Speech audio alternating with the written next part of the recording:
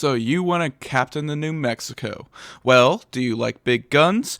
Do you like playing a ship over and over again? And do you like being the slowest ship ever? Then the New Mexico is for you. If you're new to my channel, please feel free to subscribe. It would mean the world to me, and you'll be up to date whenever I put out another So You Want to Captain series. Let's get into the New Mexico. The history of the New Mexico is okay. It's nothing spectacular. She's not gonna wow you. She doesn't have all these amazing ribbons and whatnot, but she's still a very well-rounded ship. If you can't tell, there's going to be a theme with her, is she's a well-rounded ship. She was created and commissioned to the fleet in May 1918, so she missed out on World War I. She had basically time of being a part of the Atlantic Fleet and the Pacific Fleet. She was not at Pearl Harbor, so she didn't have that.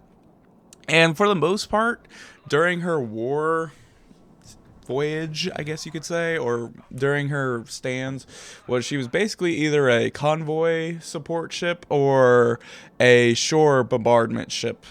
That's pretty much her life and role between basically 1940 through about 1945. Nothing crazy during that time period. The only thing that is kind of funny is she accidentally rammed and sank one of her own U.S. freighters back in 1940. But other than that, her early history is not that great. She just was a very well-rounded ship, just did her job of just shore bombardment and protecting her convoys. The unfortunate thing, of course, is that Japan was going through the kamikaze phase, and in 1945, early 1945, she got a heavy attack by kamikazes. She got hit in the bridge and it killed her commanding officer and a lot of other crew members as well. So she goes back to Pearl Harbor, gets repairs, comes back, and basically gets another kamikaze in May. She had two more hit her. So this ship was just notorious for getting kamikazes. She also, during 1945, the reason why she got hit before that was she was destroying suicide boats, which Japan was kind of getting desperate, and they were doing like suicide subs and suicide boats and suicide planes, of course, kamikazes. So the day before, she sunk 8 suicide boats, and then the next day, she gets struck by 2 kamikazes, which is kind of just sad. And I feel bad for those crew members. Fortunately, she was back reinstated by the time that by the time Japanese surrendered in September 6th, so she got to be in Tokyo Bay to celebrate that surrender. Then after the war, she basically was scrapped for resources. She didn't really have anything special after the war. She only lasted until about 1948. And both of her bells are still in use and given to New Mexico Historical Museum and somewhere the Santa Fe Plaza, respectively. So that's pretty much the New Mexico's history. In game, this ship is very, very slow. The one thing I forgot to mention was, in the history part, was, of course, she was actually one of the fastest battleships at one point with 21 knots. Take that for a second. We're saying that this is a very slow ship, and yet at one point she was the fastest ship. It's crazy. It's crazy how fast technology came around. But once again, she's super slow in this game, so you got to plan accordingly. You got to either just decide, I'm going to defend this front, so if I defend the west side of the island, I'm going to defend it to the very last end, and you just you can't, you're going to get outrun by pretty much everything, so if you're trying to run away, you got to plan 10 steps ahead before, you're already seeing it go down. That's kind of the problem with the ship, is because of her speed, you have to predict. And if you're not very good at predictions, if you're a newer player and you're trying to be good at predictions, it's going to be rough on you at the beginning. That's why I said earlier, you're probably going to be playing a lot of games in this ship, because you're either going to be in the middle of battle doing stuff, or you're not going to be anywhere close to battle, and your gun range is not far enough to help you out.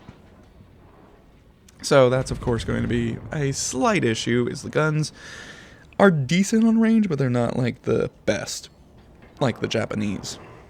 But then again, you have probably the best armor and least likely to be citadeled. I will say, hands down, this is probably one of the hardest ships to citadel. So you can take a beating. Your biggest enemy is going to be HE spammers. So take that with a grain of salt, because you could still take damage from other ships. Don't get me wrong, you can still take huge armor piercing damage from other battleships, but you won't get citadeled, so you won't get like deleted that you can potentially do to other ships. So this is why I kind of like use her as a tank and kind of like a battering ram sometimes. If I know that I need to help my team and take the load off of like maybe my cruisers or destroyers, I'm willing to sacrifice a little bit of my damage or a little bit of my health just to make sure that they are focusing on me. Meanwhile, my DPM cruisers or my destroyers can torp somebody. I'm willing to do that. And that's what you kind of have to figure out what your style is of battleship player.